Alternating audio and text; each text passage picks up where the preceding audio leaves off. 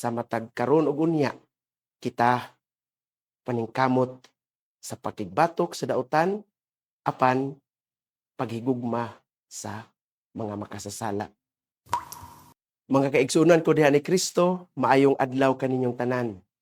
Ako si Father Amy Gaviola, usa ka pari nga Benediktino nga kasamtangan nga na-assign karon dinhi sa St. Benedict's Monastery sa Barangay Corte, lungsod sa Carmen.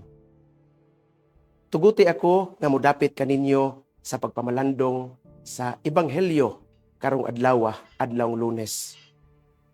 Sa Ebanghelyo ni San Mateo, atong nahimamat si Jesus nga mainiton nga misupak sa atong tawhanon nga kinaiya nga mao ang pagpanimalos sa kadtong mga tawo nga nakabuhat kanatog dautan. Niingon si Jesus, sultihan ko kamo, ayaw kamo pagpanimalos. Ang pagpanimalos usa ka natural nato nga mechanism nga atong gigamit panahon nga kita anaa sa kadautan o adunay mga tawo nga naghimo natog kadautan. Kini naghatod kanato nga magunahuna ta nga kini maoy angayan natong buhaton aron masumpo ang dautan.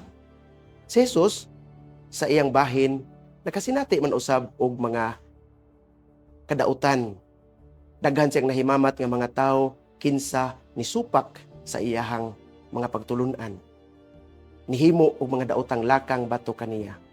Apan ato makita siya nga wala manimalos.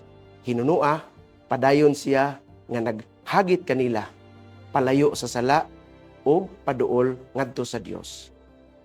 Ang pagpanimalos manggod mga igsuon usa kini kalakang nga atong buhaton dili aron batukan ang sala, kundi aron batukan ang makasasala.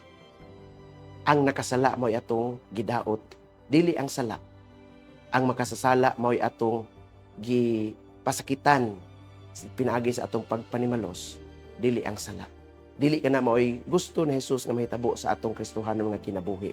Kita isip iyang mga sumusunod, magpabilin gayod dihi nining maong hagit sa atong kinabuhi nga sa matag karon ug unya kita paningkamot sa pakigbatok sa dautan apan paghigugma sa mga makasasala. Dili aron i-approve ang ilang sala, kundi aron sila hagiton balik sa Dios, balik sa sabakan sa Ginoo. Mao ni ang tuyo ug tumong ni Jesus ngano nga dili kita magdumot sa atong isig katawo. Ngano nga dili kita muhimog lakang aron dauton ang mga tawo nga nakasala kanato.